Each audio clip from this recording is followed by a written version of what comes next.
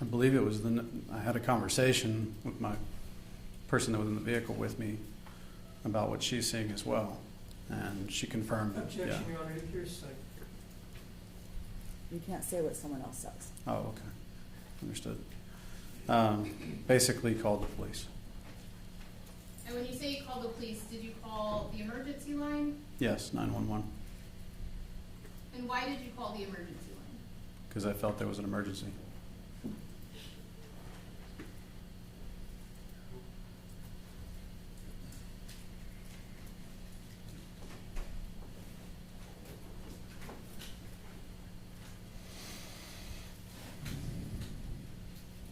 For the record, I'm publishing State's Exhibit number 1.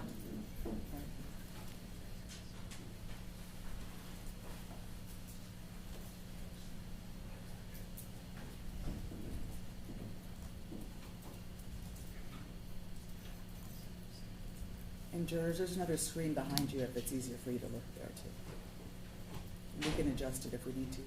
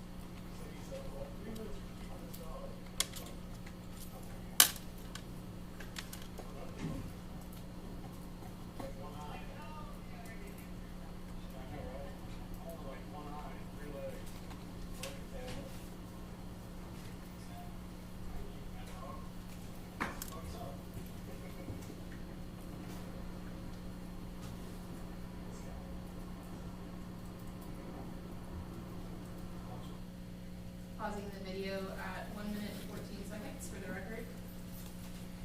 Mr. Hunter, at this point in the video, have you observed the vehicle that we have been speaking about? Yes, And where is that vehicle located? in the far left lane.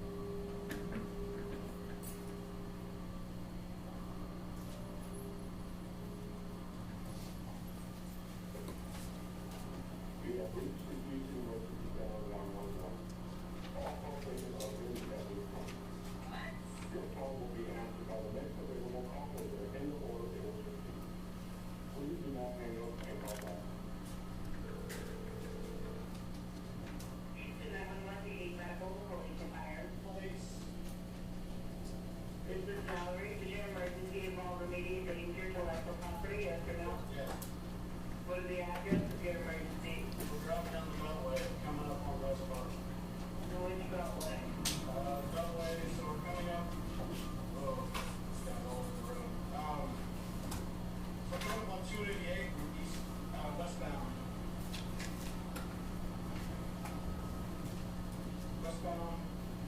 Stay on the line, this call being this area handled by here at County Sheriff's Office, you're now being transferred, Westbound.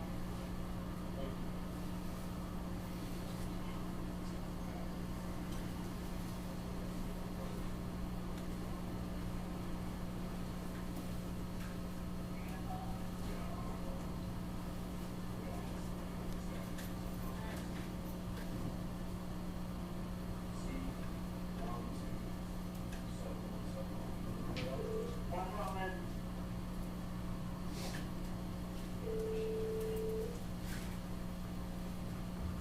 Airplane Council 57, this is Houston, Illinois. I have a call on the line from your agency for police that house subway going outbound and westbound at State Highway 288. Callers on the line. Hi. How are you? Yes, we got a driver that is severely impaired. He's going across multiple lanes. He can barely drive. Where are you at right now? We're on Beltway. We're going right over 288 at the moment, westbound.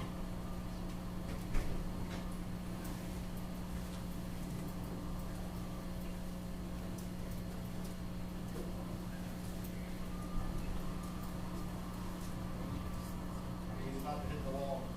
He's hit the wall. He just hit the wall. Is it the one? He's not driving. We're about to. Accident. Another reminder, it's gonna be in South Houston. Toll Road. Goodbye. We need somebody. We're coming up on the easy tower. Be at South Houston, Toll, South Freeway, westbound. Okay, do you have a reason going? Yes. Okay, what kind of vehicle? It's a light work truck.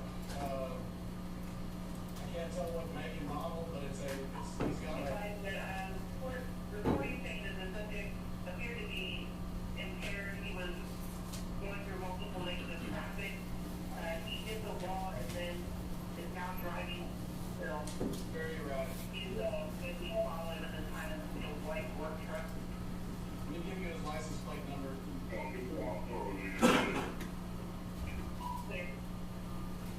Can you take this license plate for me? Go for it.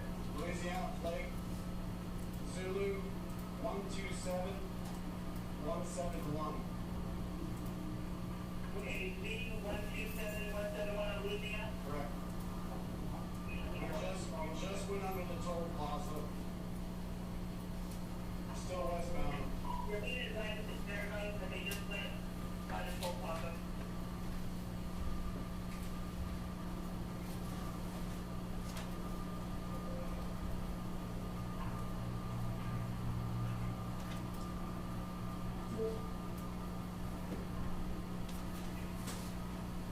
Still behind him? Yes. Yeah, I'm following the subject. I've got it on video camera as well. Be advised the vehicle that have a Louisiana plate, Viva 127171. It's a light Ford Super Duty. What's your location right now? We are coming up on South Post Oak. Be advised they're coming up on South Coast. It says 1 mile to South Post Oak. Advised about 1 mile from South Coast.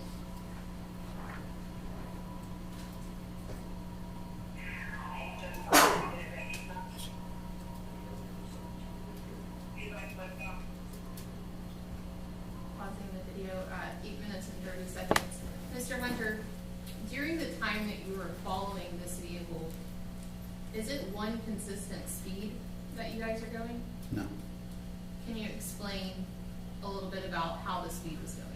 It was about as erratic as the lane movements you see. I mean, it was anywhere from, I would say, 40 up to 80. I'm in a silver Camry and I'm following with my four-ways on.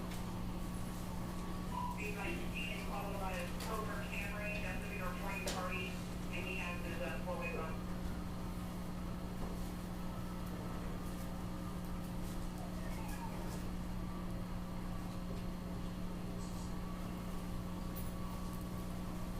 Where you at now?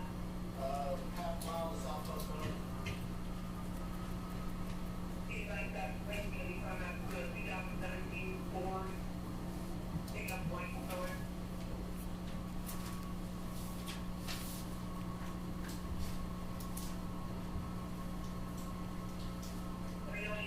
also good. Will do.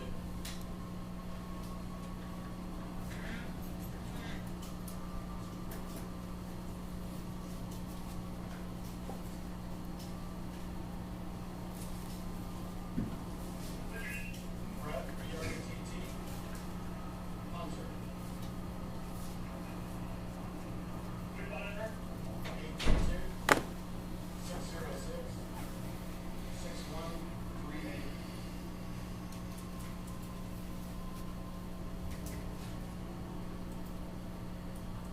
Yeah, I can't tell if it's a medical condition or if it's an inebriation, but he is all approved. You can't keep it in one of 3 lanes. Right, you just following, right? Yes. We You don't get the envelope. we just passed South Coast Oak. Okay, fine, if I can make this, out of the, you want west now, right? At this point, yeah, Weston and northbound, I guess you'd call it.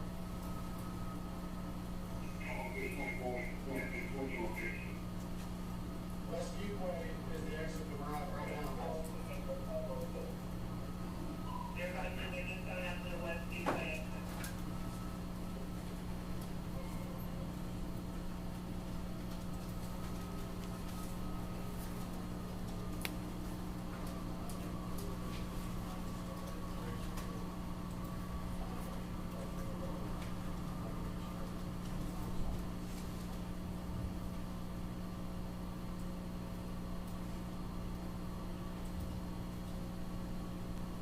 Where do you go now? We're coming up on the next sign. West Park. We're from mainline, right? Yes. He's in the far right lane now. And he's going back left. That's there, go back left where? He's Okay, you're just talking about the lane? yeah, he's there. He's Okay, there. Okay, I understand, well, what's the intersection? It says Fondren's 1 mile. They're about a mile away from Congress.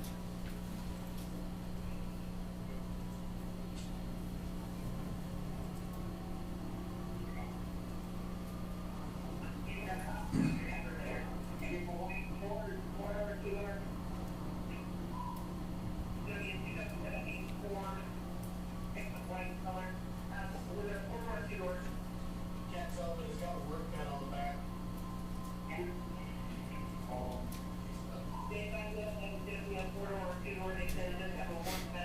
I'm flashing your driver. Oh, he's about to hit your guy. He's about to hit your guy. Yeah. Shit. We got an officer down. We got an officer down. What's the address? What's the address, please? Nearest location.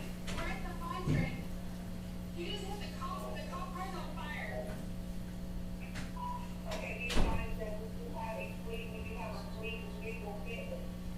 Deputy vehicle. And there are three right at Congress.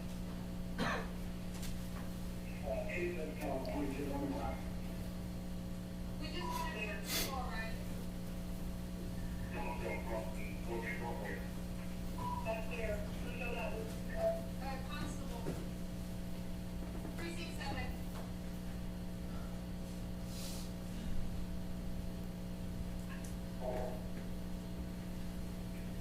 Driver, you know the case of the update. Can you hear me?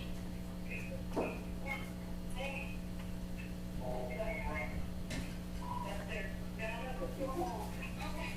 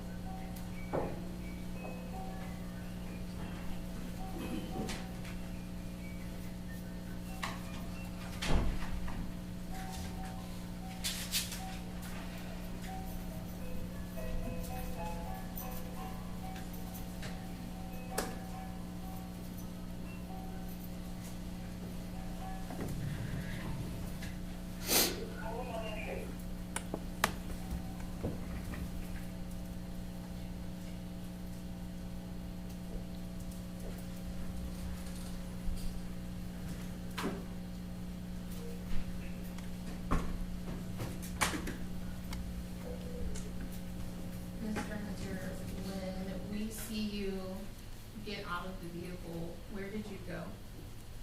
Into the scene of the accident.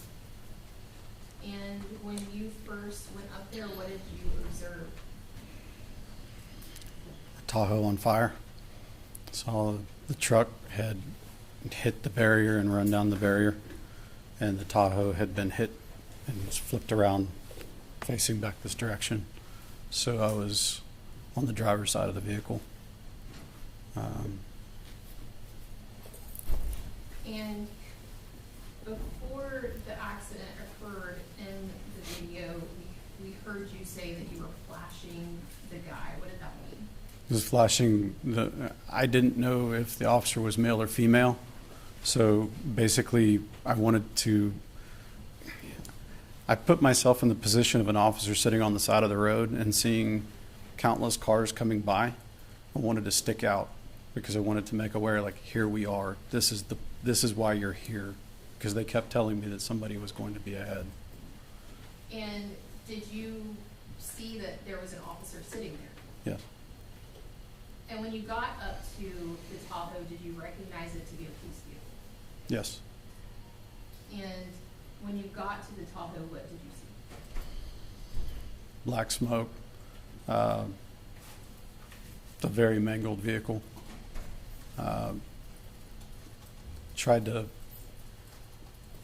That's what I saw. If that's what you're asking. And what did you do? I tried to make entry of the vehicle. And how did you do that? At first by fist. Another individual was with me, and we both were hitting the window and couldn't make way. So I left the vehicle to go to the back of the truck that struck the Tahoe because it has a work bed. I figured there was something that I could use to breach the window. Did you find anything? Yeah. What did you find? I don't know if it was a jack handle or some kind of pipe that was in the back loose of the truck. I grabbed it, came back, broke the window out. What happened after you broke the window? Black smoke coming out of the vehicle, immense heat. It was too late. Were you able to make entry into the vehicle? No. No, there was loud. Objection, Your Honor, non-responsive. Just answer the question, please. Okay. Explain anything else that you observed. The heat was so great that I heard popping sounds. And popping sounds that later was told were ammunition going off. Objection, Your Honor, non-responsive. Ask your next question. King Judge. After you tried to make entry into the vehicle, what did you do next? It was too hot and didn't know what was going to happen next, and we knew it was too late. There was absolutely no way. So I grabbed the guy that was next to me and we backed away from the vehicle.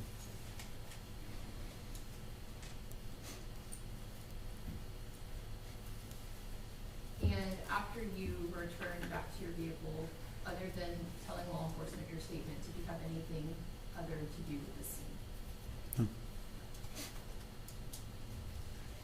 No. I'll pass the witness, Judge. Defense. We're going to pass this witness, Your Honor. All right, thank you. Anything further from the state? Nothing further from the state. May this witness be excused? We would like a roll call, Your Honor. Right. So what that means is you're free to go now, but just be by your phone just in case they need to call you back at any time. At any time. Thank you. Thank you. State, call your next. State calls Josue Molina. Josue Molina?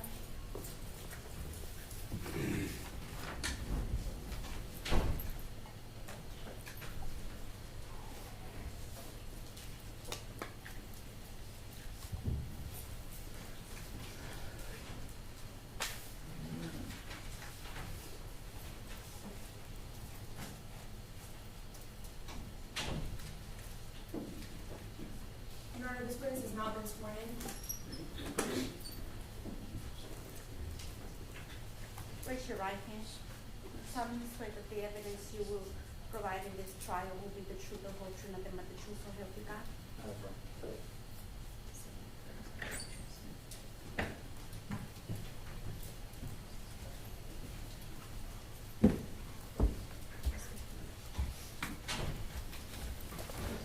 Before you begin, for those people standing in the back, can you please try to find a seat, a place to sit?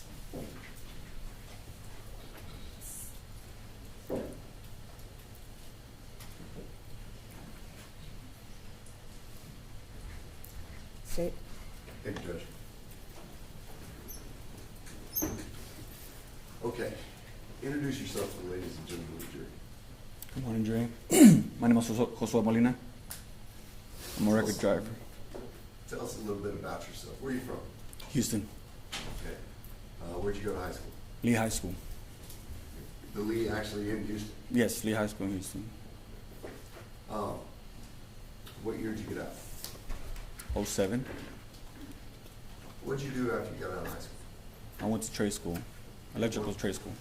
Electrical trade school? Yes, sir. Have you practiced as an electrician since you got out of trade school in addition to other work? Yes. And obviously, we want to talk more about your other work. Correct. How long before this incident were you a record driver? 8 years. Now, I'm sure the jury doesn't really understand this, but do you work everywhere in Harris County, or do you have a specific part of town that you work in? We work with a specific side of town. Okay. In Harris County, there's districts 1 through 5, and usually where we work is 3 and 4, and I try to stay in District 4 and 3 all the time. Okay.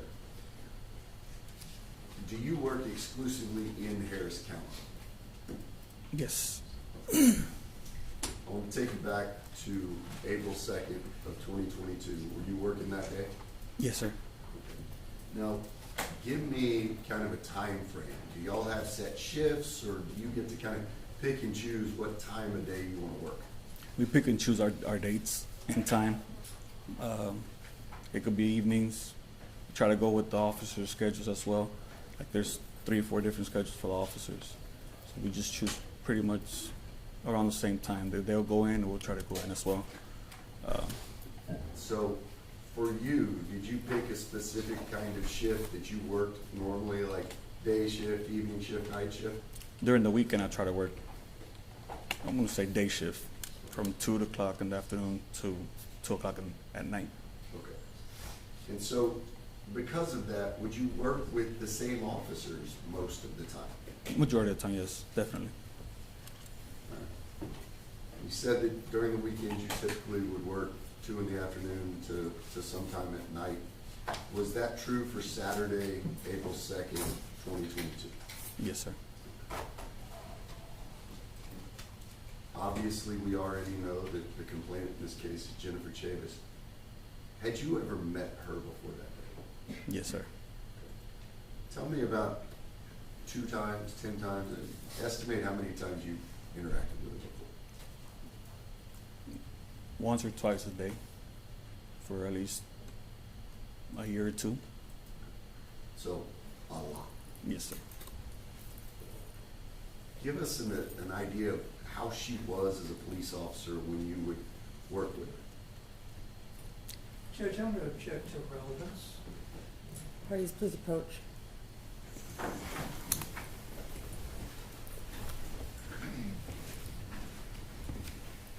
Judge, one of the elements is that she needs to be in an official discharge of her duties. Part of that is to show that this is the type of operation that she does on a regular basis, and she was doing it at this point. This is Right, extremely and relevant. they've worked together, right? Yes. And he said he saw her 1 to 2 times every day for a year.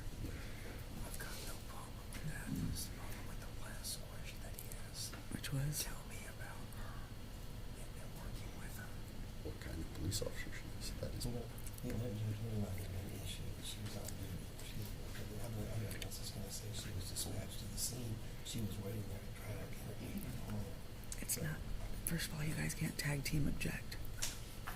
I'm okay. All right. Yeah, no, that's fine. Rules. I'm gonna allow it. Thank you. Overruled.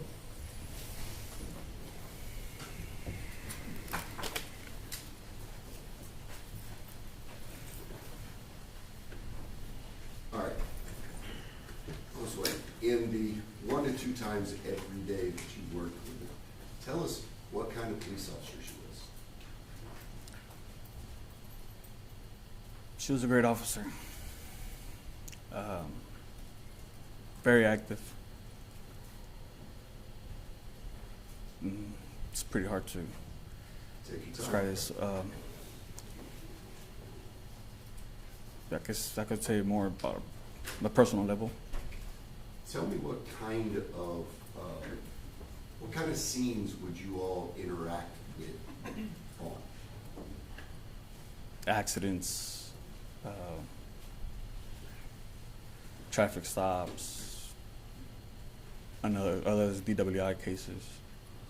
Had you been on the scene before this case where Jennifer had made DWI stops? Yes, On few or many occasions? a lot of occasions. And what role would you play on those kind of stops? We would traffic control primarily, especially if they're on the toll road. Wait for them, say they're going to relocate the vehicle. We will relocate it for them, for the officers. And yeah. Let's go back to April 2nd of 2022. How did you become aware that this was happening, this incident we just saw on tape?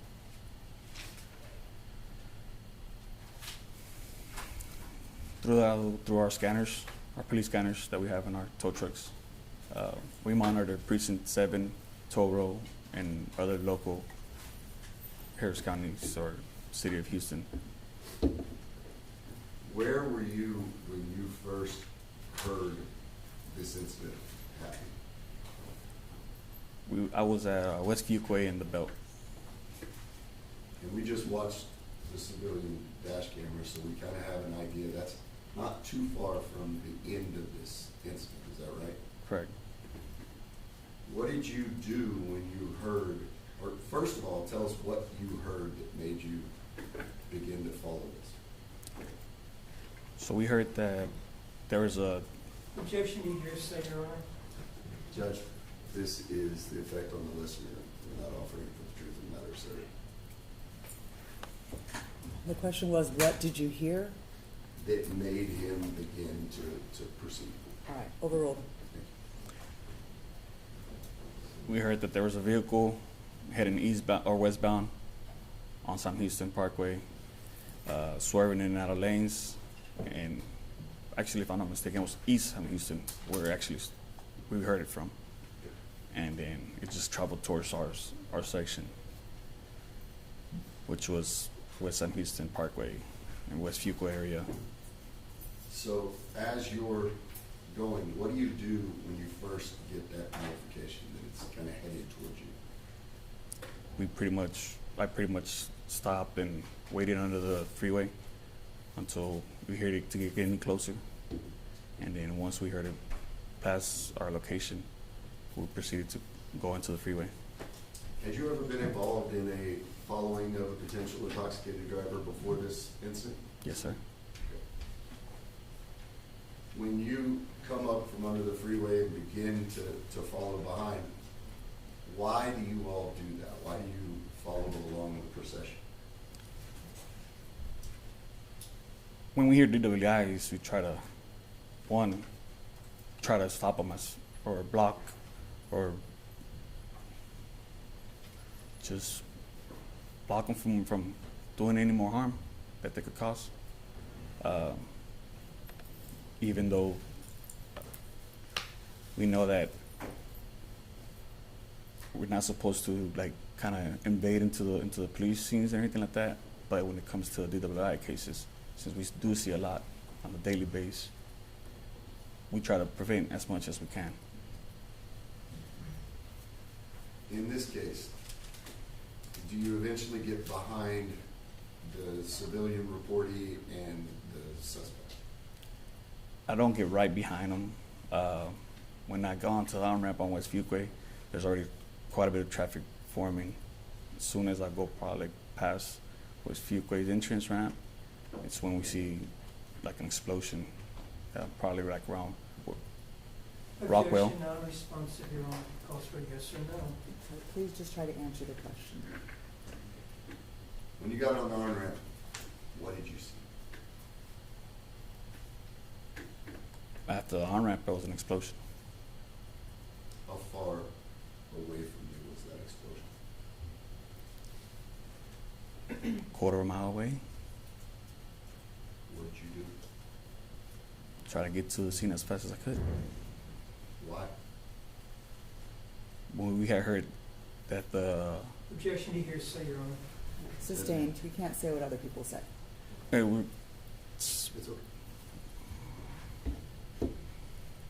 What made you want to go to the scene as quickly as you could after you saw the explosion?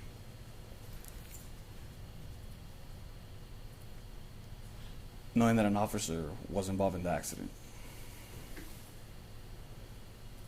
How long did it take you to get that quarter of a mile? 2-3 minutes. How long did those minutes seem to you?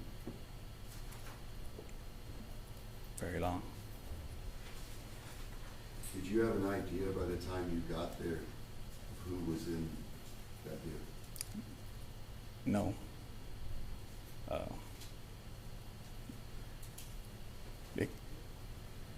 Close of an idea, yes. Objection, Your Honor. Non-responsive. Okay, so just try to answer the question. If it calls for a yes or no answer, do your best to just answer yes or no.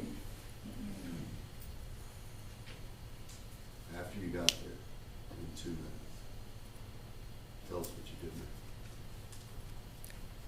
Got out my record truck, got my fire extinguisher, and ran towards the car. The Which police car? car. The unit. Set the scene. Tell us what the car looked like when you got there. It was flipped around, facing the opposite direction of where we were going. It was engulfed in flames.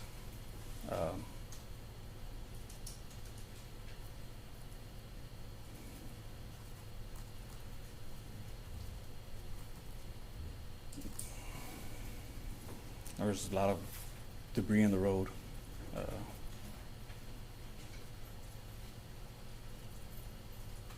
What did you do when you got to the car? I tried to open the window and the door. Did you use your fire extinguisher? Yes, I extinguished my fire extinguisher as well. How did you try to open the window?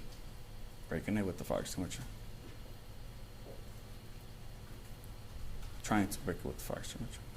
Tell us what you saw inside the window. Couldn't see. Sorry? I couldn't see. What did you see? Smoke, flames. How long did you try to breach the window and get in? Felt like a long time. Were you ever able to pull anyone out? No.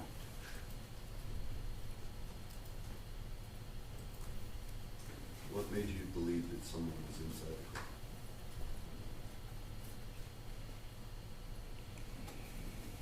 Because you could see the silhouette of the body. Were you able to tell who it was? No. But you could see someone in it? Yes.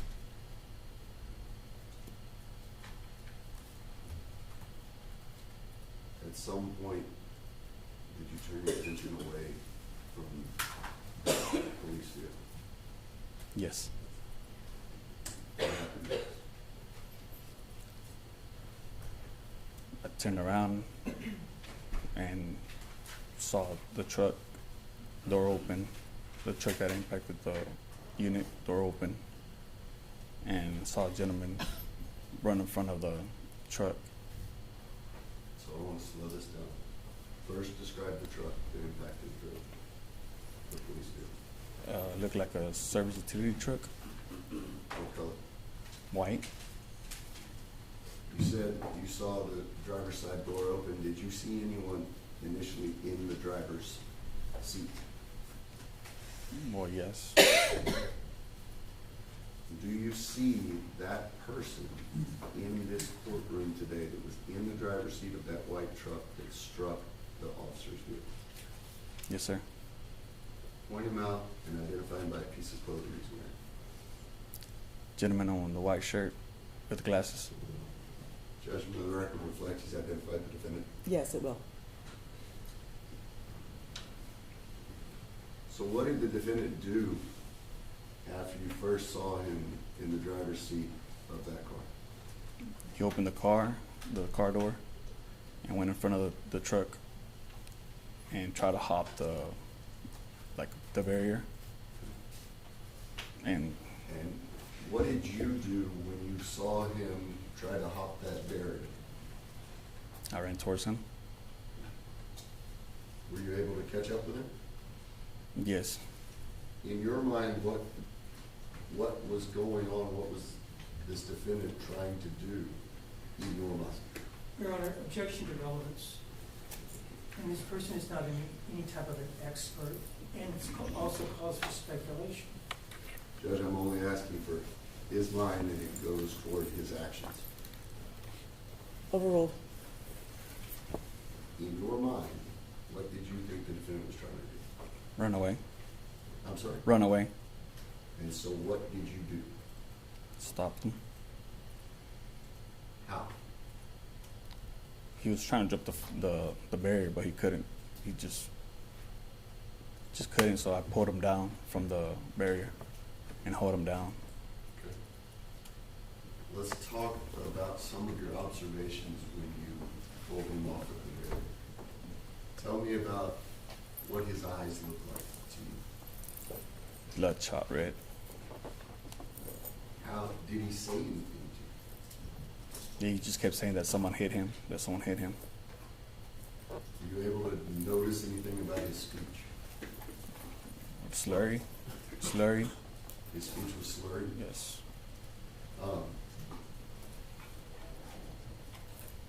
How long did you detain him, for lack of a better term, until police officers arrived? No idea. I want to say 3 minutes. 5. During that time, did the defendant try to get back up and leave again? Yes, plenty of times. Was it difficult or easy for you to keep him positioned where you had him? It was easy. And what made it easy in your mind? He just kept stumbling around. So he was unsteady on his He was feet. unsteady on his feet. Were you able to notice anything about his odor? Yes. Tell us about it. It smelled like alcohol.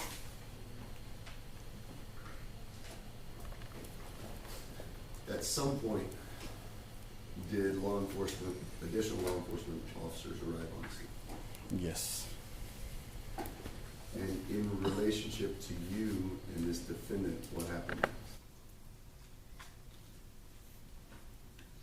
Can you rephrase that? Sure. Did a law enforcement officer come over and come into contact with you and the defendant? Yes. Okay, and tell us about it.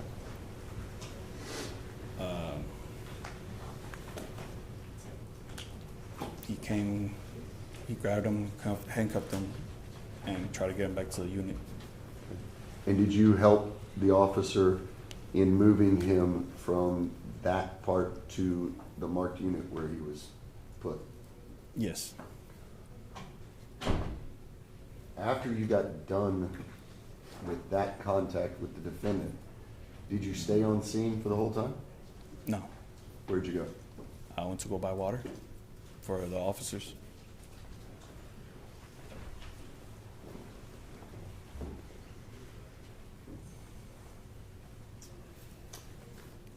We're gonna see a lot of the body cam footage,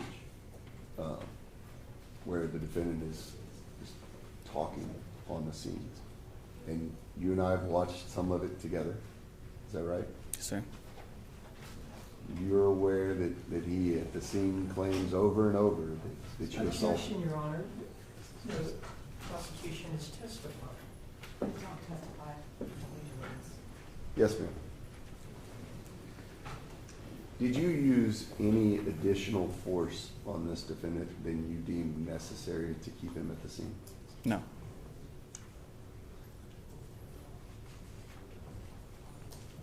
So you drove records for 8 years before this crash, right? Yes, sir. You still drive records? No. Why not?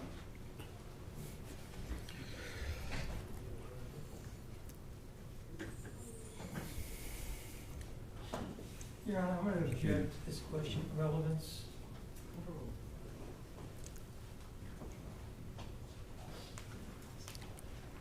It's not easy. It's not easy to go back to it.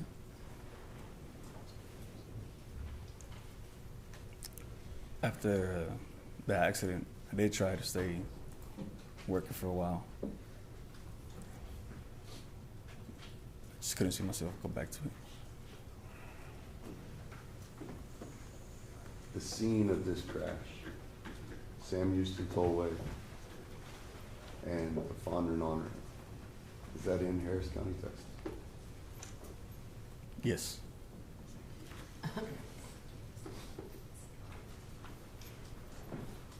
That's one, Mr. Yes, thank you, Your Honor. Mr. Molina, I have a couple of questions for you. I didn't quite understand your earlier testimony when you were testifying about your interaction with folks on the road and law enforcement, when you said something to the effect that you were trying to stop them from doing more harm. So, what exactly would you or other people that you're working with attempt to do with a moving vehicle? Slow them down. And how would you go about doing that? If we could catch up to them, and if the speed's right, we'll get in front of them. Just try to slow them down or wave them down. Okay, so when you say you try to get in front of them, they're driving, and you would drive in front of them? If it's necessary, yes. Okay. At the same time, you're saying that you're not supposed to interfere with law enforcement when they're investigating these types of offenses, correct? That's correct. Okay, so how do you manage to do that? How do you not interfere at the same time, interfere with the person who's driving? You get to a point where you get tired of seeing so many accidents and deaths. No, that's not my question. Physically, how is it that you, for 8 years, are telling us that you tried to stop vehicles that are being investigated by law enforcement, at the same time not interfering with law enforcement's investigations? So I'm asking you logistically, how did you manage to reconcile the two opposing theories? Do you have some sort of a deal with law enforcement? I mean, how does that work? No. Well, I'm still waiting for an answer. I don't know how to answer that for you.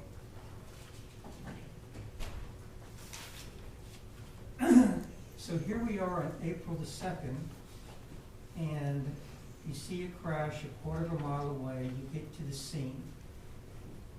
At the scene crash, where was the defendant's vehicle in relation to the constable's vehicle? Were they touching? Were they separated? They're separated. Okay, how far was the separation? 9. Inches? What? A few feet. A few feet. So, and I'm gonna leave this up to you. 2 feet, 3 feet? Nah, I didn't have my measurement with me. I'm sorry? I didn't have a measurement tape with me, so I really don't I'm not know. asking you to estimate. Look at the end of the counter right there. Was it further than the counter to where the box of Kleenex was, or was it closer than that? It was close enough for me to see the vehicle. Closer for what? Close enough for me to see the vehicle. Okay, so you could see both the deputy's vehicle and the defendant's vehicle at the same time? If I turned around, yes. Okay, if you turned around from what? From the deputy's vehicle to the next vehicle, yes. Okay.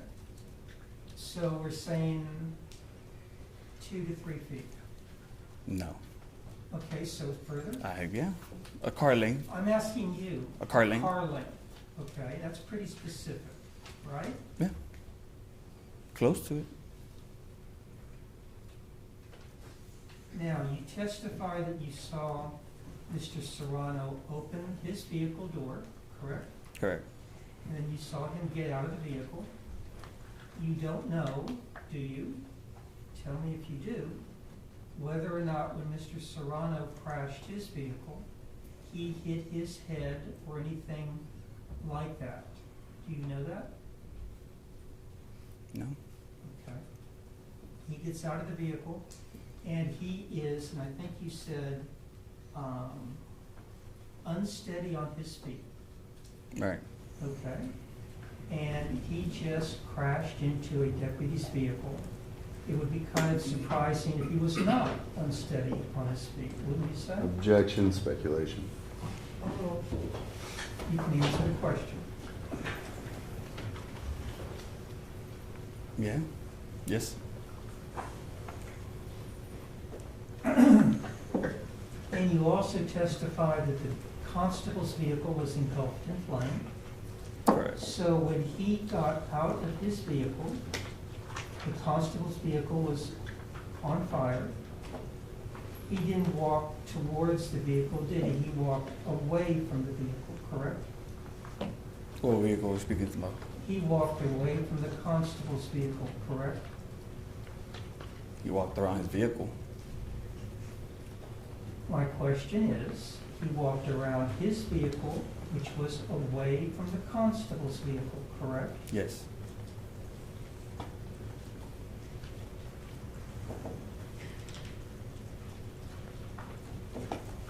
He walked, he didn't run, did he?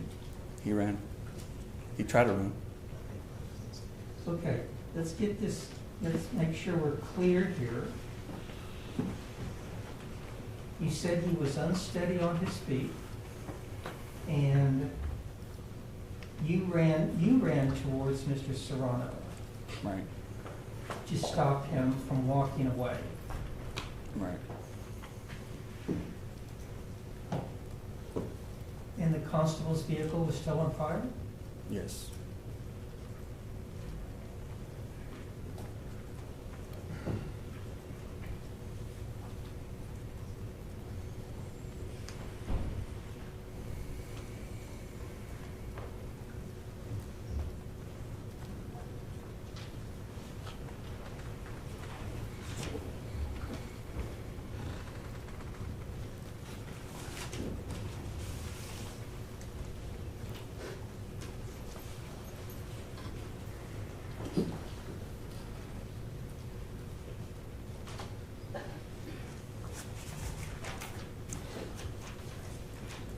How long were you with Mr. Serrano? Approximately. I'm not going to hold you to it. 3-5 minutes. Felt long. 3 to 5 minutes? Waiting for an officer? Or with him? Like, I'm sorry, I didn't ask you another question. sorry.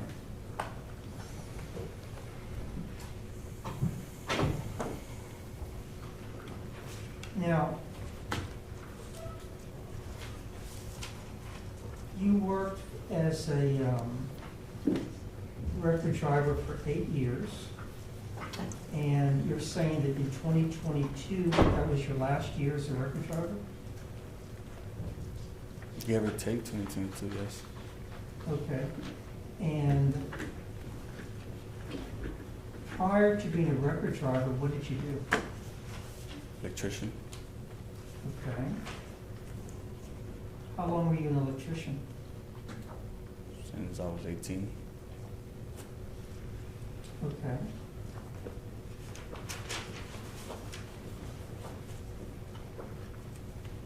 Now, Mr. Molina, maybe I'm mistaken here, but you've been in trouble with the law. Objection, Judge. May we approach?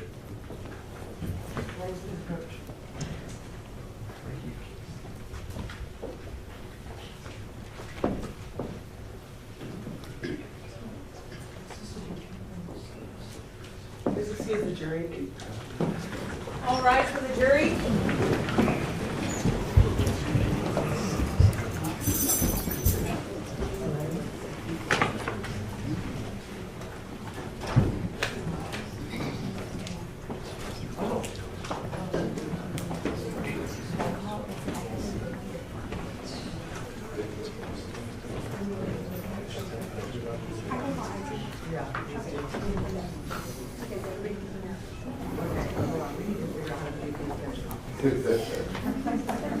Please be seated.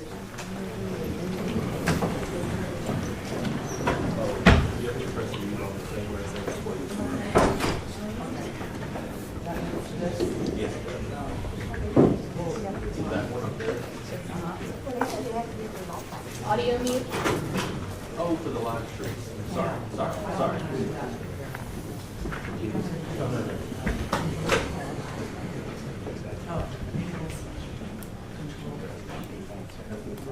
So when you know what it's on screen.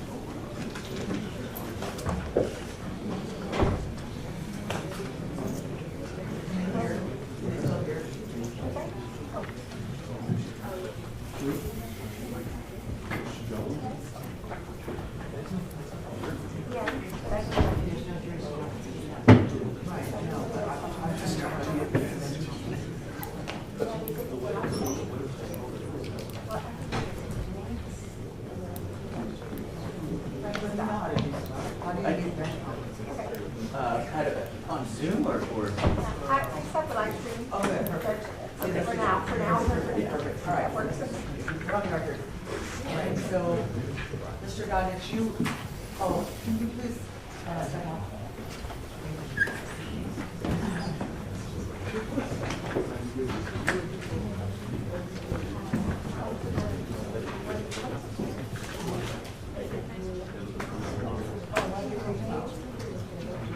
Why did you take the defendant away? Oh, all right, so we have to wait for a minute. You have to let me know when you do that, because we could have gone through a whole 2 hours or something without you being here.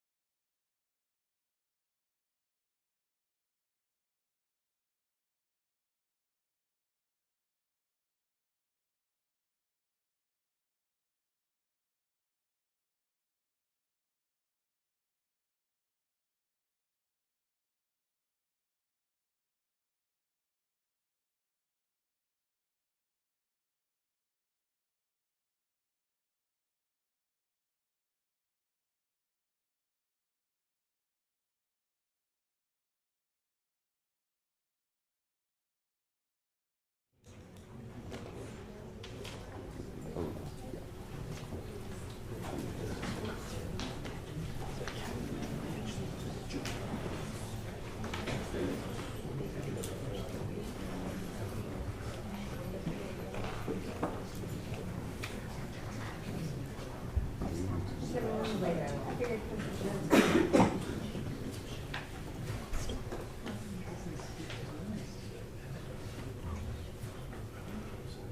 call them on that,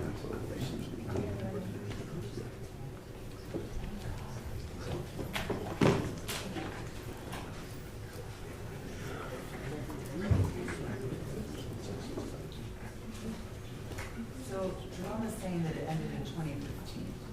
Now, it's a matter of what date on 2015? Judge, the only way it could have ended on 2015 is if the whole 96 months of probation had been permanent, and it didn't happen. So I'm gonna, It terminated when he was 19. so I'm gonna sustain the objection for now, but you can always have them subject to the thought when we get more firm. Yeah. That make sense? Yes, Judge. And Judge, we're printing Oh, out okay. the termination right now.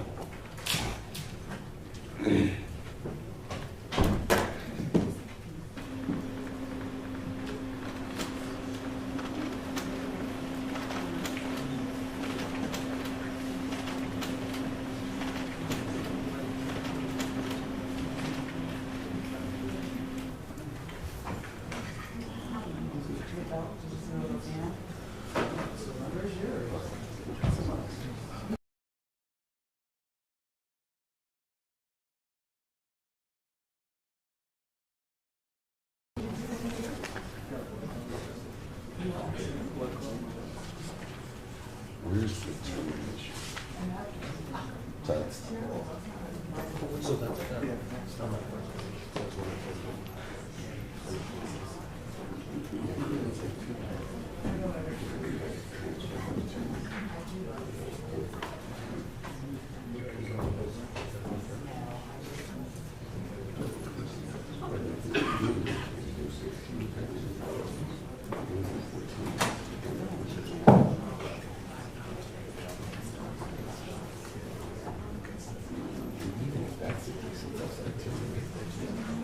So, I mean,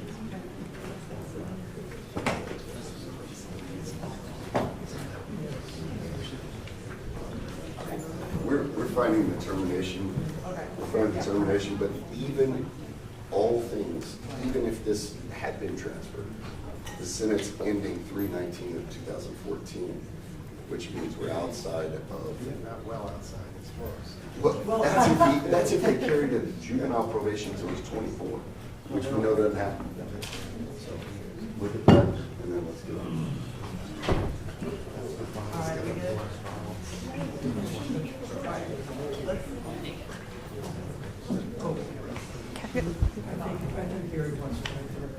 All right. Well, wait.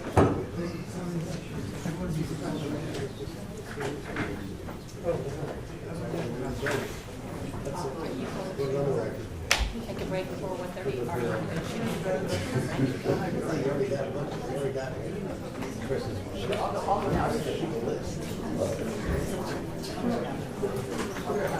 All rise. You may be seated.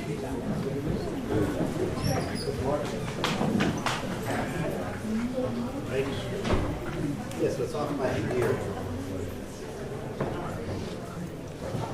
Not full legally?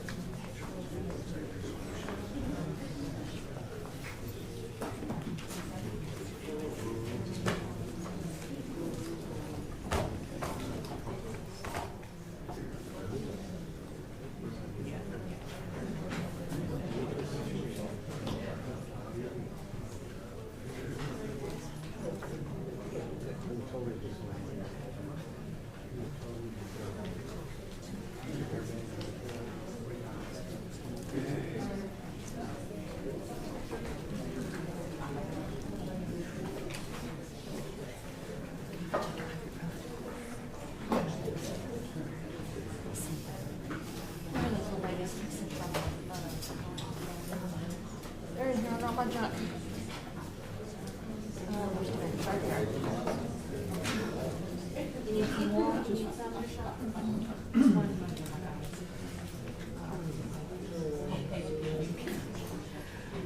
These are other. So this is new one? Yes. Put you on the back of this page. What is that, Mr. Goddard? Yes. Let's say judgment.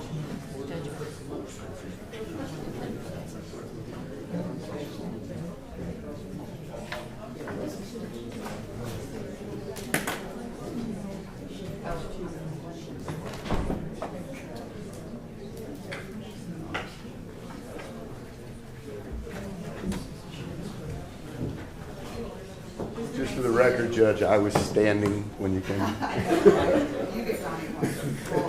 I'll pay you those. All right, back on the. Judge, just for the purposes of our discussion outside the presence of the jury, and so the record will know what we're talking about, the defense would proffer.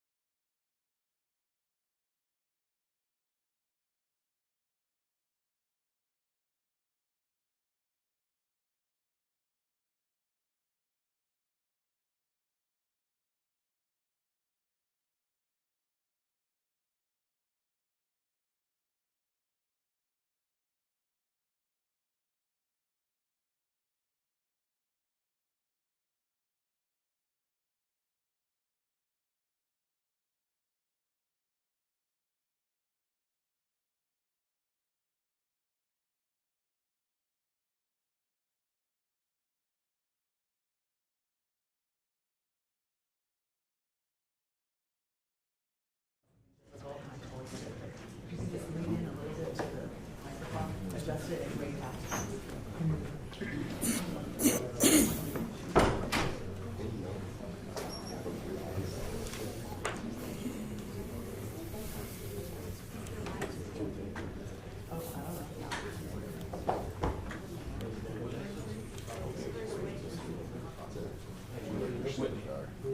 Oh, you unmute.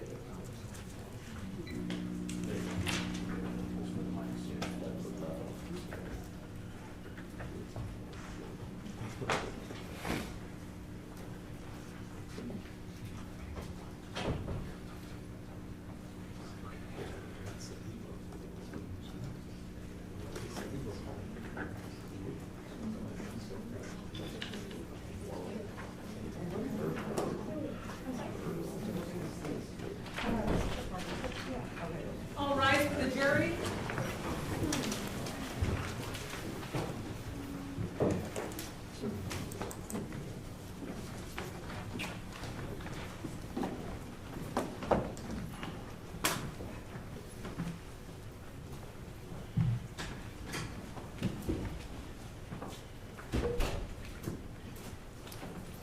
Jurors, can you please be seated when you reach your seat. We're standing for you.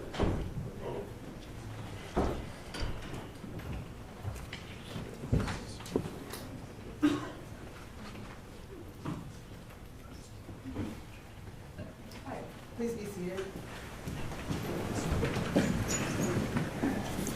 Jurors, you are to disregard the last question asked by the defense counsel. Mr. Goddard? Thank you, Your Honor. Mr. Mr. Molina, you indicated that Mr. Serrano's speech was slurred when you made contact with him. Had you ever met Mr. Serrano before? No. So you had no idea what his speech is like in any other kind of setting, do you? No.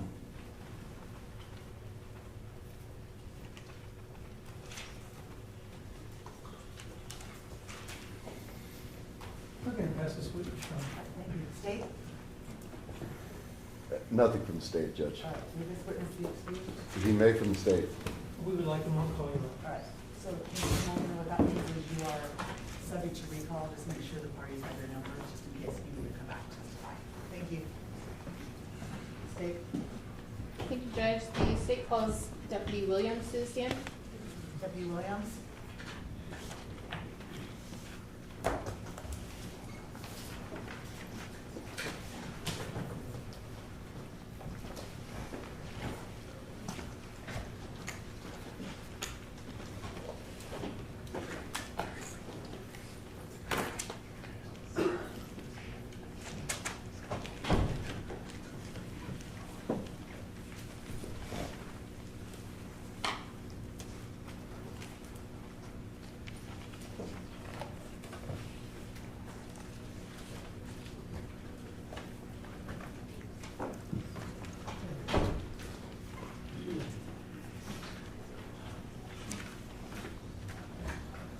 Your Honor, this witness has been sworn in.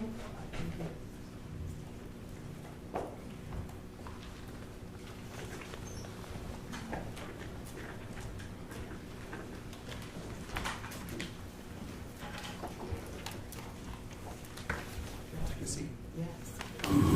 So can you try the microphone up? The jury said they're having a hard time hearing. Testing.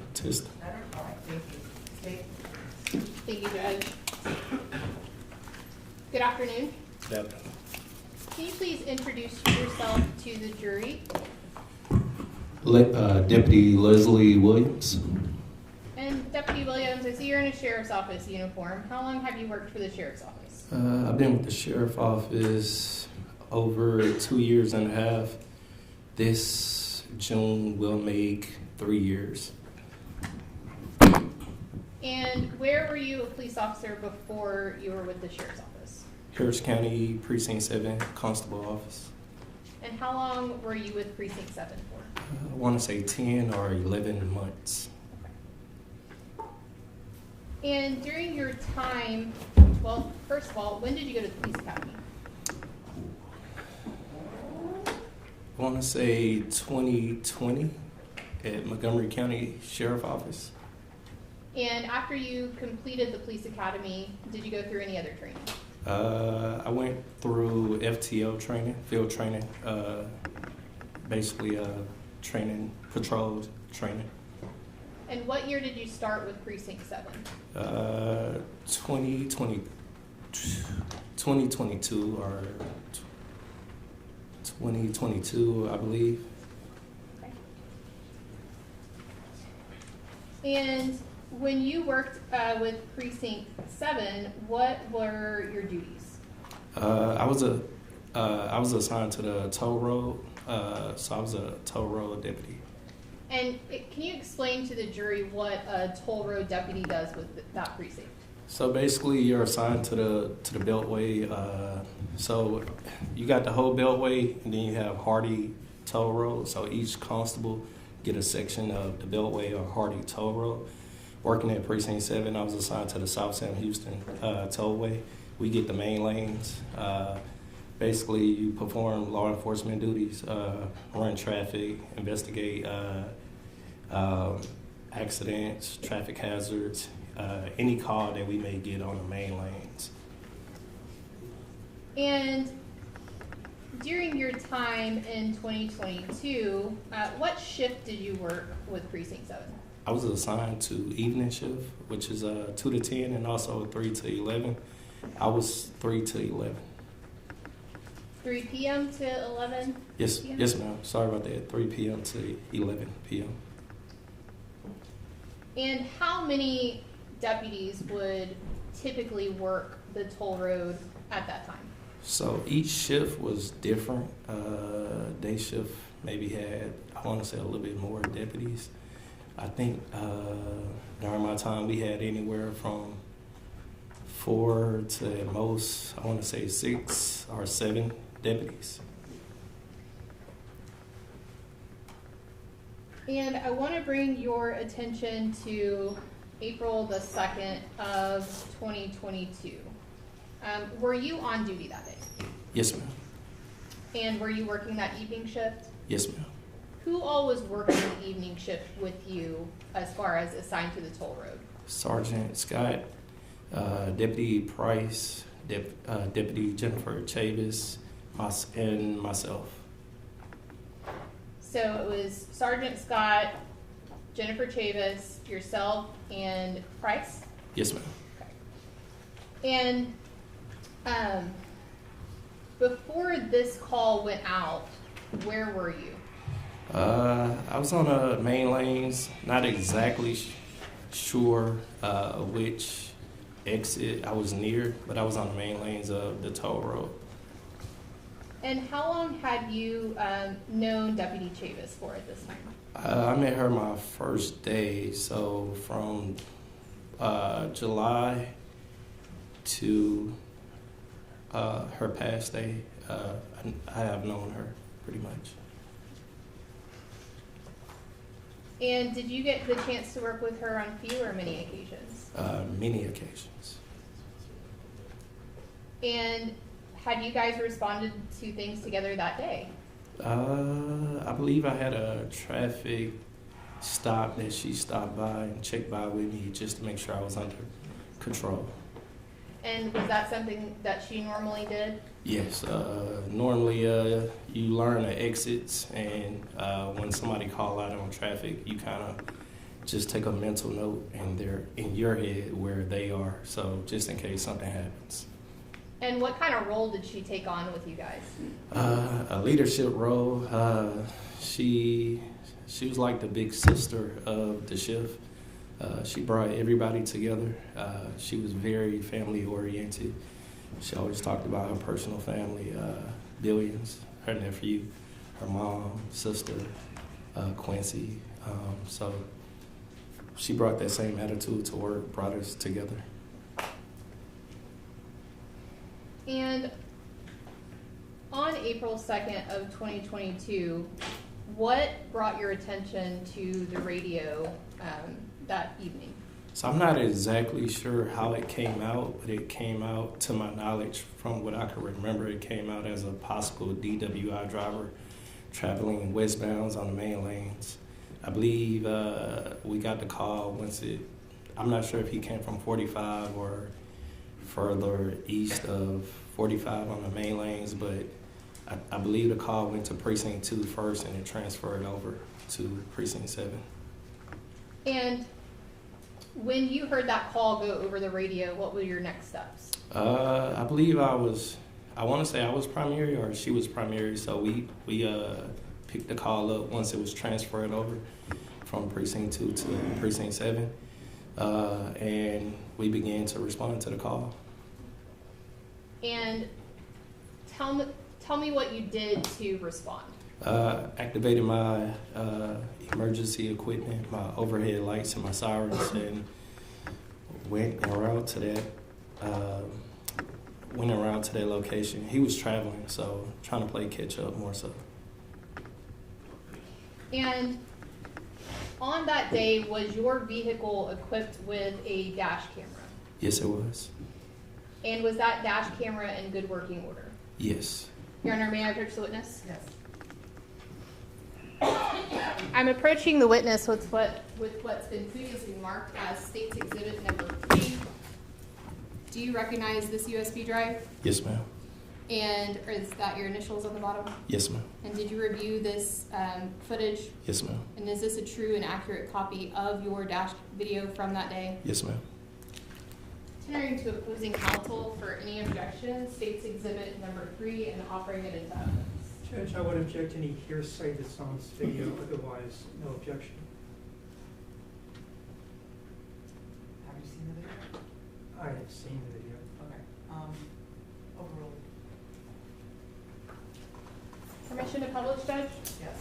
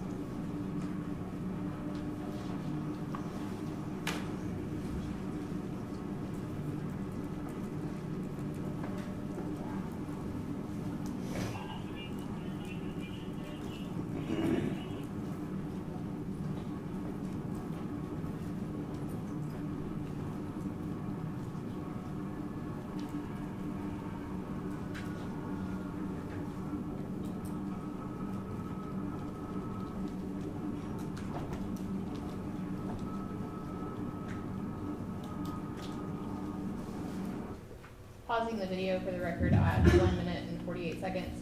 Deputy Williams, at this point, did you have your emergency equipment activated?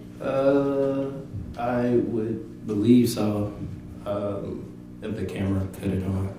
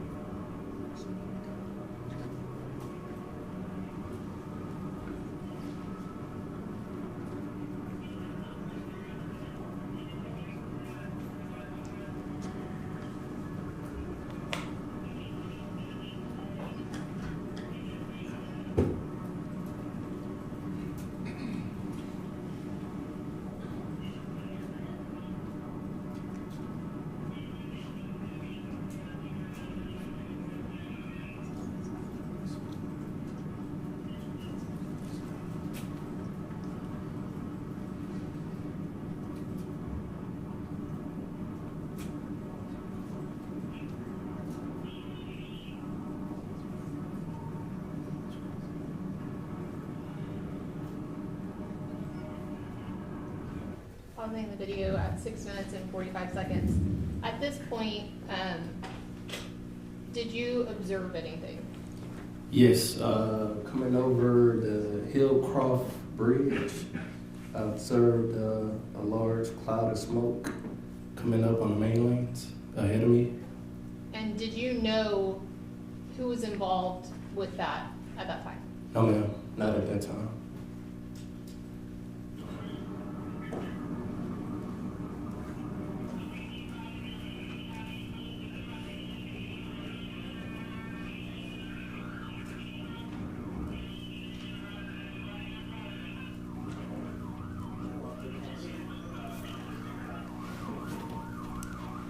Pausing the video at 7 minutes and 5 seconds. Was there any other deputy other than Deputy Chavis that was on scene when you arrived? No, ma'am.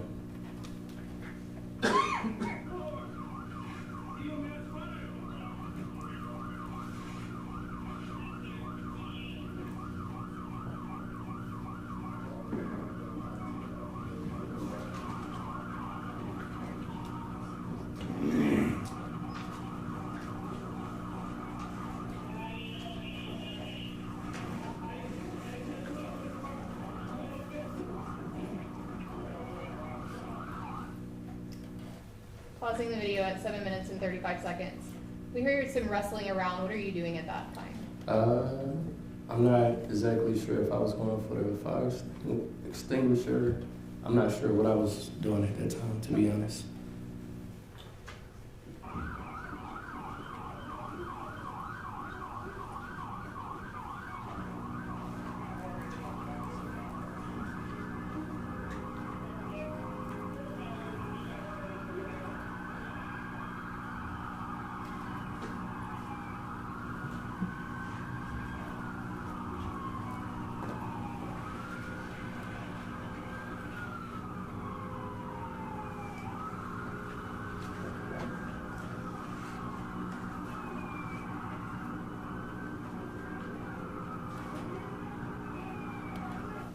Pausing the video at 8 minutes and 14 seconds. Who is that in the video that we just saw run up there? I believe it to be Sergeant Scott. Sergeant Scott. I'm sorry. Scott.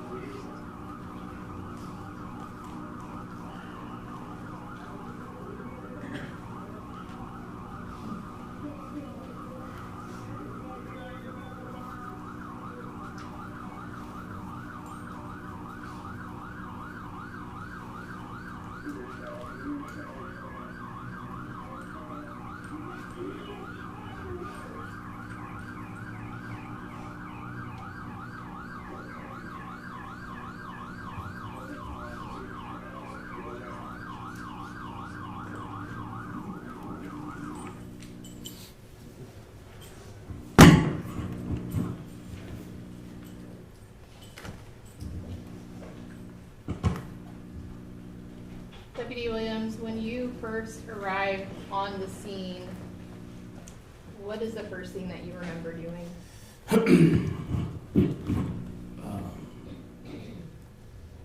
I'm not exactly sure. I remember getting out of my vehicle. Like I said, I'm not sure if I went and got the fire extinguisher first. It didn't dawn on to me that it was a patrol vehicle. When I ran up on it, that's when I saw CON. Everything else was engulfed in flames and smoke. And that's when it kind of registered to me, you know, what may have occurred. Even then, I still thought maybe Jennifer let. Objection, Your Honor. Sorry. Responsive. I'm sorry for overspeaking.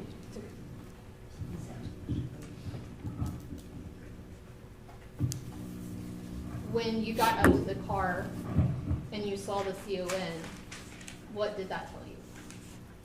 Can you repeat, please? When you got up to the car and you saw that it said CON on the side, what did that? It registered that it was one of our patrol vehicles. And when you got up to the vehicle, did you know if anybody was inside? Not immediately. When did you realize that? I believe a witness, maybe a witness, I'm not sure, stated that Objection, somebody. hearsay, Your Honor. I'm gonna, Judge, that's gonna be a present sense impression. No. You can't say what someone else says. Yes, ma'am.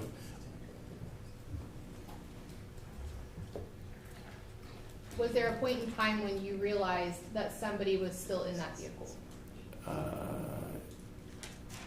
Yes. When you first got up to the vehicle, what did you see? Complete darkness inside. And what did you do? Tried to break the window with my baton, and at one point with the fire extinguisher. And was anybody with you when that was happening? Initially, I believe a person on the street was trying to help a civilian. And at some point, did other officers show up? Yes. And did any of those other officers participate in helping you try to get into that vehicle? Yes, ma'am. And who was that? Sergeant Scott. And were you guys able to make entry into that vehicle? No, ma'am.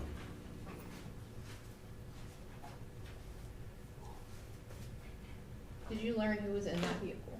Yes. And who was that? Deputy Jennifer Chavis.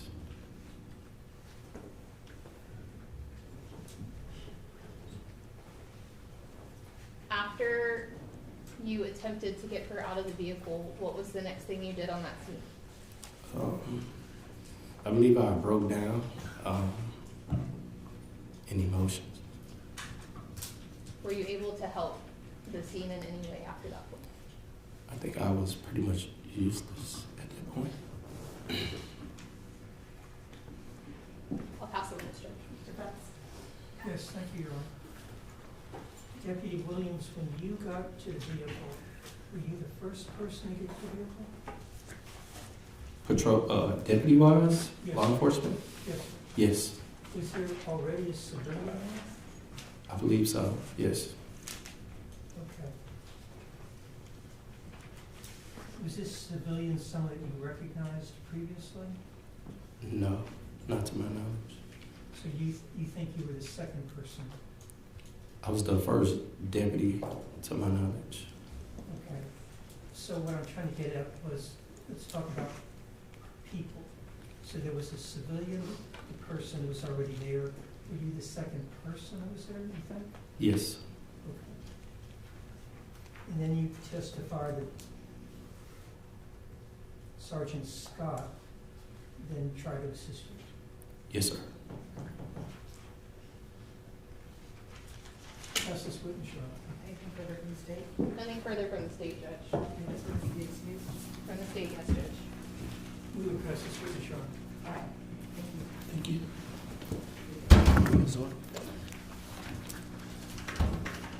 State, call your name. They call Sergeant Scott. Sergeant Scott. Yes, ma'am.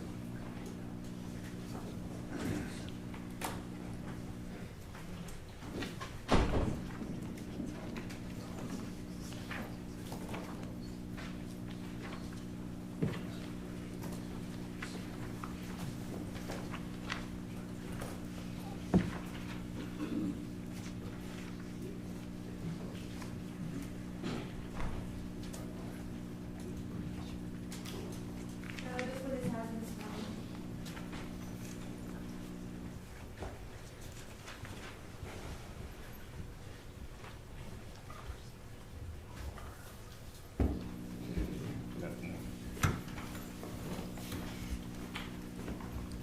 State. Thank you, Judge. Introduce yourself, ladies and gentlemen of the jury, if you would. Edward Scott. Mr. Scott, I notice you're not in the uniform of everyone else. Are you still a sworn officer? No, I was constructively forced to retire. Okay. We're going to get to that. Okay. Before you retired, how long had you been a sworn peace officer? Since 1998. Same year I graduated high school. Where did you work in 1998? For Harris County Precinct 7. So your entire law enforcement career was with Precinct 7, is that right? That's right. Okay. I would imagine during that time you have seen a number of deputies come and go, is that right? That's right. I want to take you back to April of 2022, okay? Okay. What rank did you have at that point? Evening shift tow road sergeant. Okay. Now, give the ladies and gentlemen of the jury just kind of an idea of the way that Precinct 7 divides up their deputies and their supervisors in different ways. Right. So you have a patrol division and you have a civil division that works at the main office, and the tow road division is assigned to the South Sam Houston Tow Road. All right. And so let's start with the patrol division. Is that basically running calls for service, the things that we think of as patrol officers? Yes, that's mostly dealing with the entire precinct. The patrol division is dealing with the entire precinct 7. And then the civil division we won't even touch on. Okay. Let's talk about the toll road division. Tell us what you all in the toll road division are tasked with doing on a regular shift. We're tasked with making sure that everyone is driving safe on the toll road, and our patrol area was from Macau Road over to 59 and over by Sugarland. What kind of things would y'all be asked to do on the main lanes of the toll road on a regular shift back in 2022? Make sure that everyone is driving the speed limit. We get calls about debris on the toll road, drunk drivers, road rage, any type of traffic violations. We're out there. So in April, you said you were assigned as the evening shift supervisor, is that right? That's correct. Give us the hours that's expected to work. That's 3 p.m. to 11 p.m. How many deputies on a given Saturday would you be supervising for Precinct 7 on the toll road? About 3 or 4. So April the 2nd of 2022, how many deputies did you have under you at that? I had 3. Okay, and tell us who they were. Deputy Chavis, Deputy Williams, and Deputy Price. And was this the first time that you had worked with Deputy Chavis? No. How many times do you think in her young career had you been her supervisor? ever since she came to the tow road, I think in the latter part of 2021. I'm not sure exactly.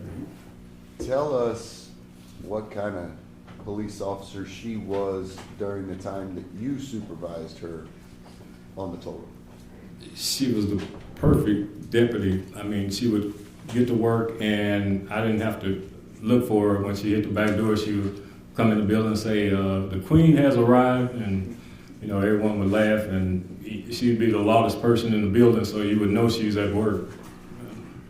And I mean, when I did the uniform check, her uniform was always perfect. I didn't ever have to tell her about, you know, uniform. I mean, everything was perfect.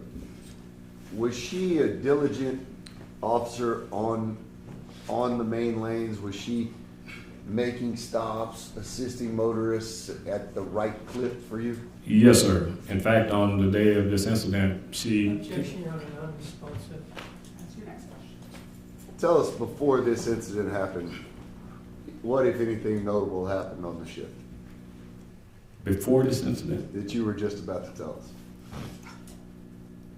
She was a perfect deputy. I mean, she come to work, and she came in early that day to work temp tag enforcement for those paper plates that drive on the tow road and they're not registered to that vehicle.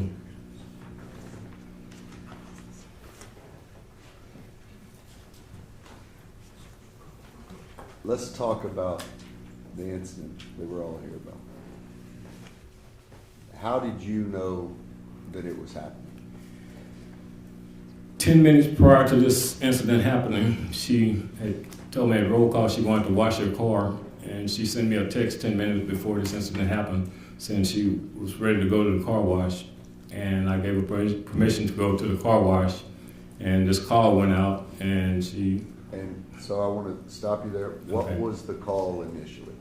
An aggressive driver failing to maintain a single lane. Okay.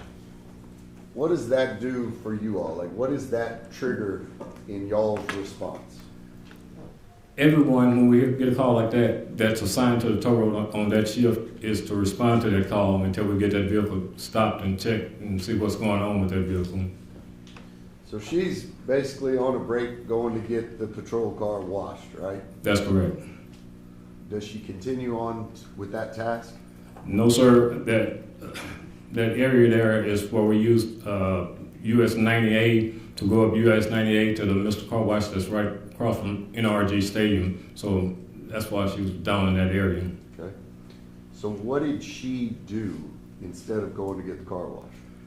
She turned around and parked at the Hillcroft entrance ramp and was relaying to the tow road dispatch what Precinct 7 primary dispatch had put out of a possible driver headed westbound on the tow road coming her way. You said Hillcroft. Did she move from that to the Fondren on-ramp, or? No, that Hillcroft entrance ramp is between Hillcroft, Fort Bend Toll Road, and Fondren. Okay. So that's the on-ramp where she waited the entire time? That's correct. And you've seen the video? Yes. Waiting in that, what we call the gore, is that proper police procedure in that scenario? Absolutely. That's, I mean, when we hear of a vehicle coming our way, we would use... Objection, Your Honor, non-responsive. Ask your next question. Explain to us why that's proper police procedure. Because on the toll road, you have certain areas that you could enter and exit. So if a vehicle is coming your way, you don't exit off and try to go back and get behind it. You just pull over and wait on it to pass you. Based on your review, was she in any moving lane at the time of this crash? No, she was not. As her supervisor, were her actions what you would have expected from an officer of her caliber that day? Yes, that's the exact way we train them. Was she discharging an official duty at the moment that this crash occurred? Yes, she was. All right. I want you to take me through you getting to the scene. When the call went out, I was probably 2 miles from the Hillcroft exit ramp, and my when I got to the scene, I was going to, wait till she make the traffic stop. I usually stop probably 100, 150 feet behind the deputies and get out and direct traffic out of the right lane, because you have that traffic that still want to go 65 miles an hour in the right lane while they're out conducting their traffic stop. So that was my plan on this Saturday. And as I crossed probably Fuquay, I see this big plume of black smoke, and that's when the dispatcher come over the radio and advised that one of our deputies had been hit, had been a fleet. And I activated my emergency equipment and got there, and when I was crossing Hillcroft, the Fort Bend Toll Road. Objection, Your Honor. It's calling for a narrative. Judge, we'll break it up.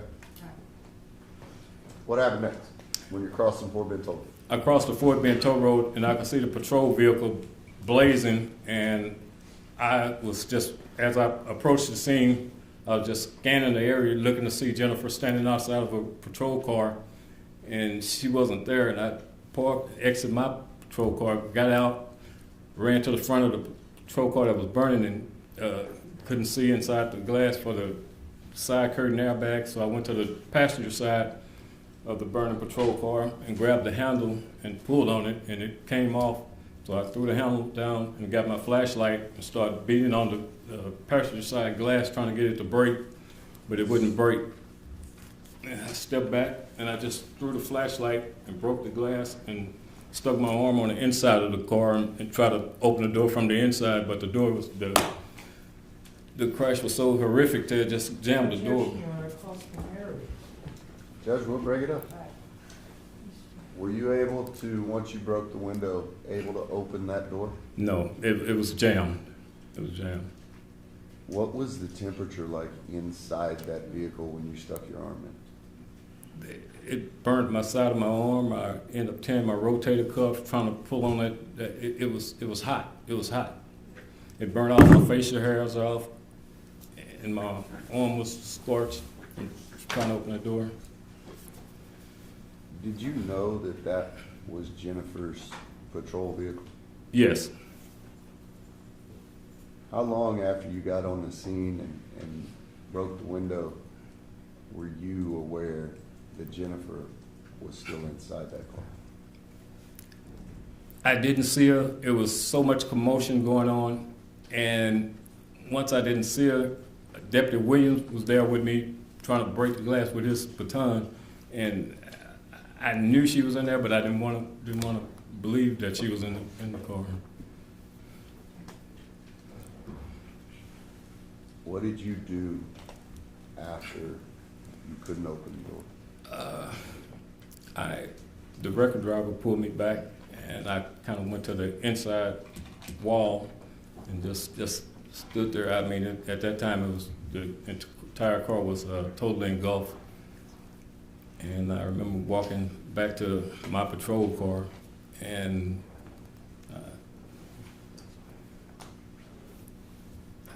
I think I called the chief. I started calling the command staff. In all of your years, had you ever lost a deputy under your supervision? No, I haven't.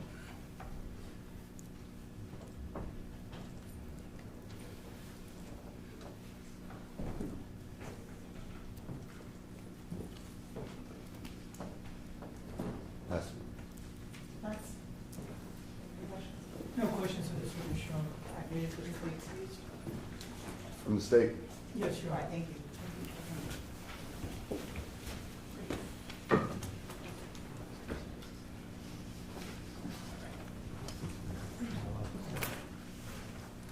And Judge, since he's been excused, can he be excused from the rule for the rest of the? I don't have a problem with it. What says the defense? I do, Your Honor. All right, well, unfortunately, you're still a potential witness. Okay. So, all right, state call next. State calls Deputy Price to the stand, Judge. And just so the jury knows, lunch will be here at 1:30.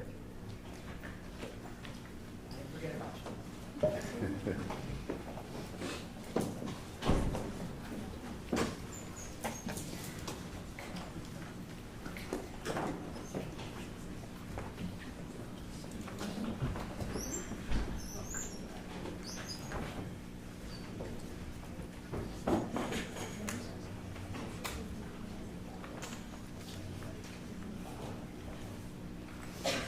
just wait on that next morning.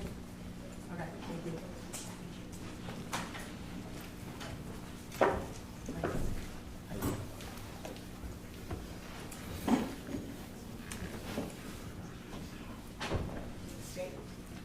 Thank you, Judge. Good afternoon. How you doing? Can you please introduce yourself to the jury? Yes, my name is Cedric Price. I work for the. My name is Cedric Price, and I work for the Texas Medical Center Police Department. And how long have you been with the Texas Medical Center Police Department? Going on almost 2 years now.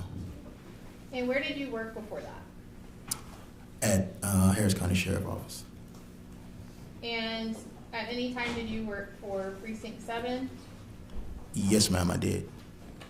And how long did you work for Harris County Precinct 7?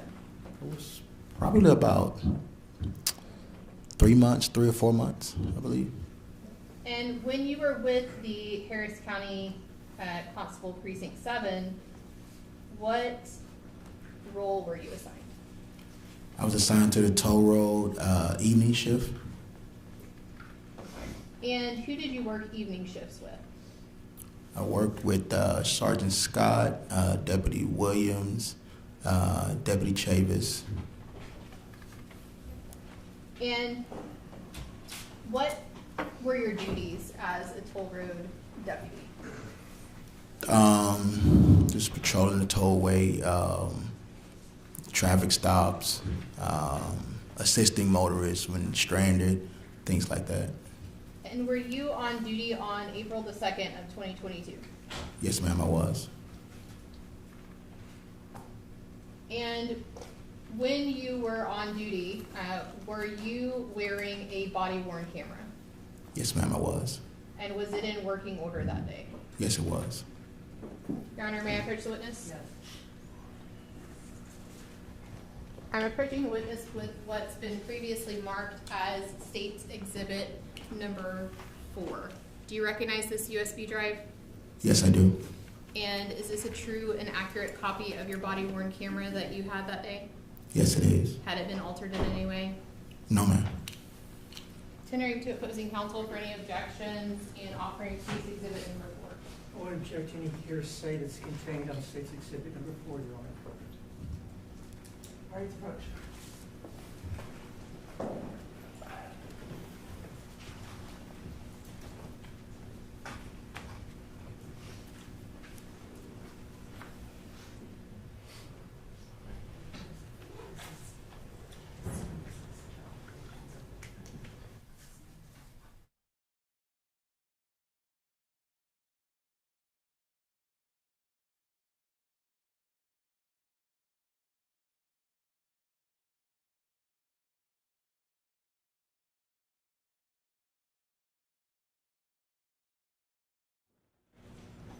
Permission to publish, Judge? Yes.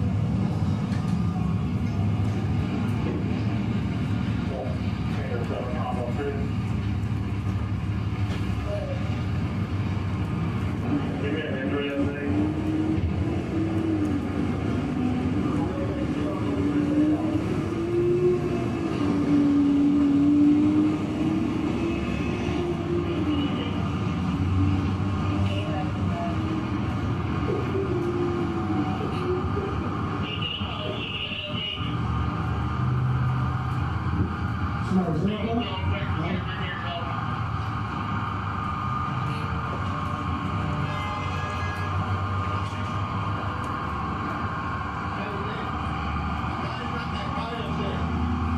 him on the ground. I guess the guy that hit him, yeah, I would, yeah, if you can try. Come to the grass, bro. They got him in the front, yeah. That shit might blow. Okay.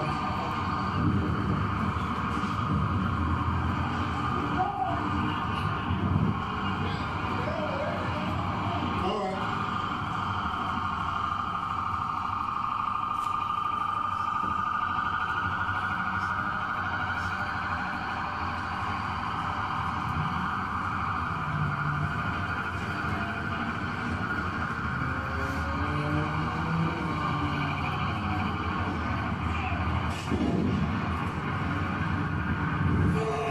Is he right here? Okay. Sit up, man. Sit up. Sit up. Sit up. Turn around.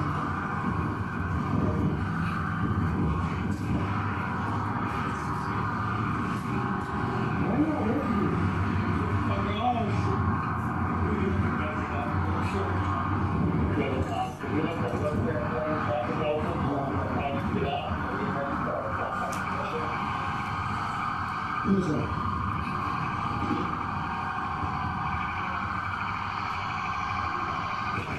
Yeah.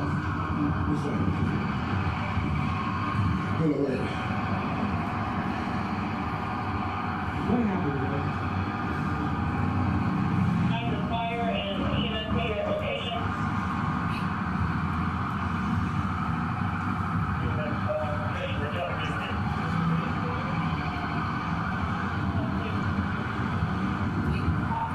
Hey, sometime 26, show us up at the tank.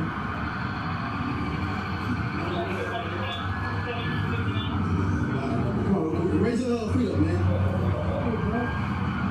There you go. Hold the button, hold the button. All right, come on, let's go. I got it.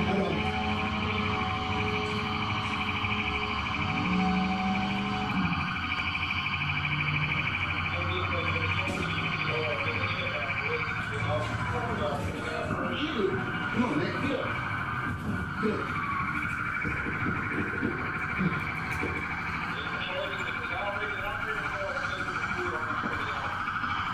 Appreciate it.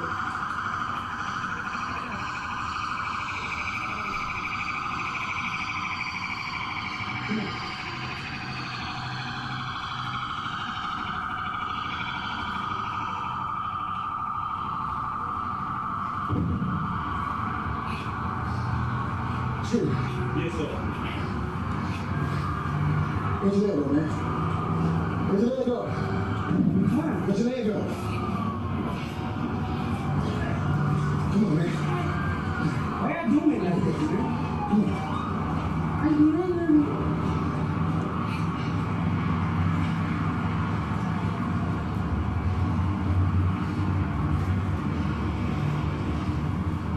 What's going on, man? Like you.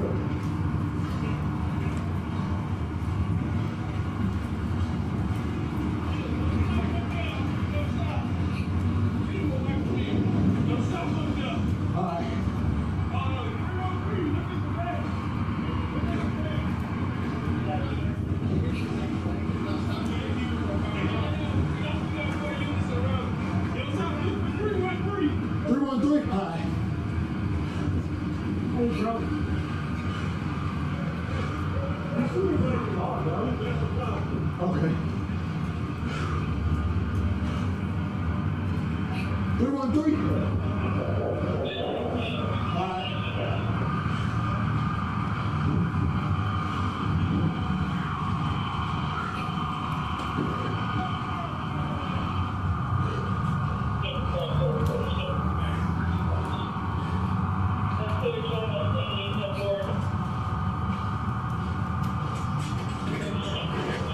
Get in there. What you got on here? I don't got nothing, man. You got nothing? Just my ID, my money, and my phone. What happened, bro? I'll tell you later. No, nigga. Everybody's accusing me. Like, No weapons? no, bro. Yeah, sit down for me. I'll tell you all about it later. Why am I being detained? I'll tell you all about it later.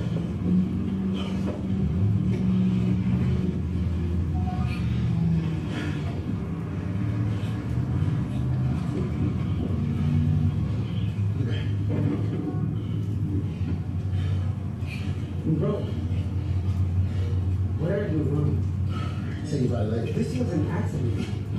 Yeah, I know. Sit down.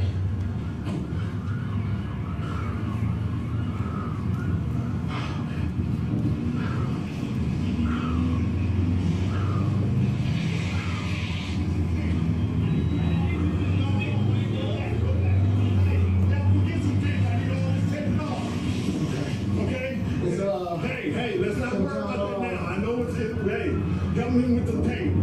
All right, just calm down. Calm down.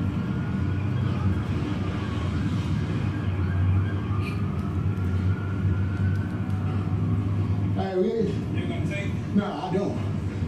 No, no. Pausing the video at 7 minutes and 27 seconds. Officer Price, at this point, did you know that Deputy Chavis was still in the vehicle? No, I didn't know. When you got to the scene, what were you tasked to do? Get the suspect and, detain the suspect and place him in the 313 shop. Okay. And do you, suspect, repeat that. Detain a suspect and place him in one of our vehicles. and were you able to detain the suspect at that time? Yes, ma'am. And do you see the person that you detained in the courtroom here today? Yes, I do. Can you point him out and identify him by an article of clothing that he's currently wearing? Yes, the suspect is wearing a white collar shirt. Okay. Your Honor, may the record reflect that the witness has identified the defendant. Thank you.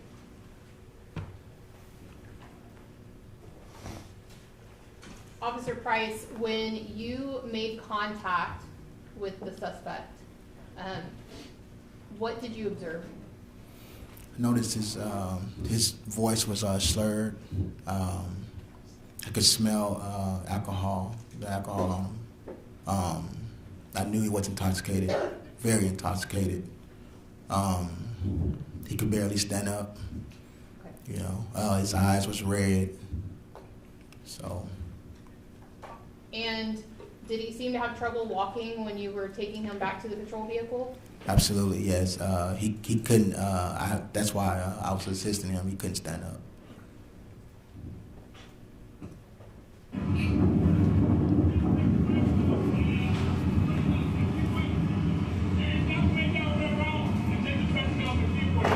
Okay. Is what's called good, man? What was her name? Chavis, whatever? Huh?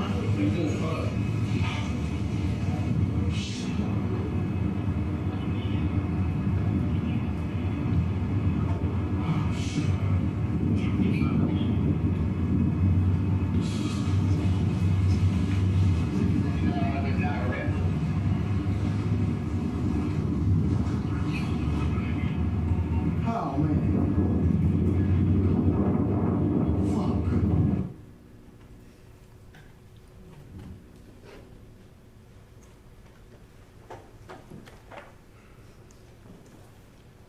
Officer Price, after you detained the suspect, did you do anything else on scene that day?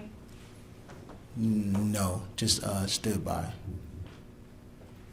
Were there any other agencies that showed up while you were there? Yes, there was. There were several agencies.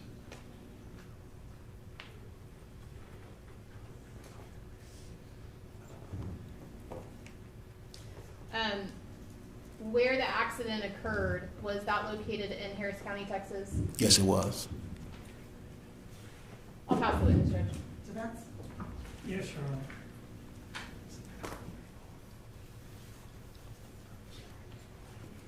Deputy Price, just a couple of questions.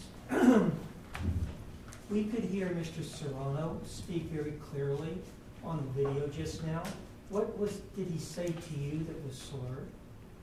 Well, his voice was slurred, and you can smell the alcohol. Like, No, that wasn't my question. You testified just a moment ago that his voice was slurred. So we can hear him very clearly, and we don't hear any slurring. Objection, defense is testifying, Judge. My question to you is... Objection. My question to you is, what did he say to you that was slurred? his voice, every time he spoke, it was slurred. So what was he saying that was slurring? He kept on asking the same question. The same question that we heard on the video? Yes, sir. And you would agree with me that that did not sound slurred on the video? Are you saying the video is not accurate? No, I'm not saying that.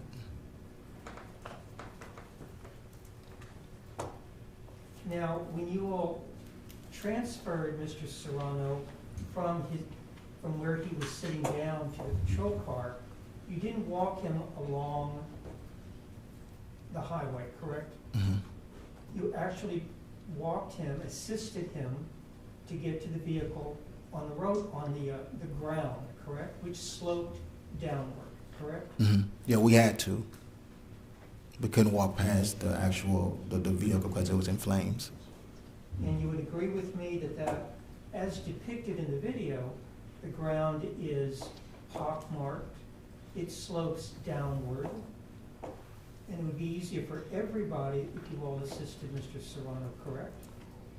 You all didn't try, in other words, to let him walk on his own, did you? Well, he couldn't walk on his own because he was detained. So my question to you is real simple. When you approached Mr. Serrano, he was sitting down, correct? Mm-hmm. And then when you went to get Mr. Serrano, other people stood him up, correct? Yes, sir. You did not see at that point Mr. Serrano attempting to walk, did you? No, sir. So at that point, other people had their hands on him from the moment that you approached to the moment he got into that patrol car, correct? Well, once I got there. Or not? Yes, yes, sir.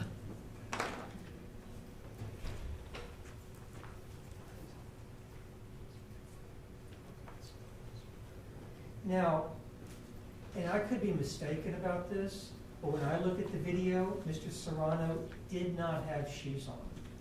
Am I correct about that? I don't remember. Pass this witness. Anything further from the state? No further questions, Judge. All right, may this witness be excused? From the state, yes, We Judge. would like to know. But you're excused for now, but just make sure they have your numbers just in case they have to recall you. Thank you very much. All right, this is the perfect time for lunch break. All rise for the jury.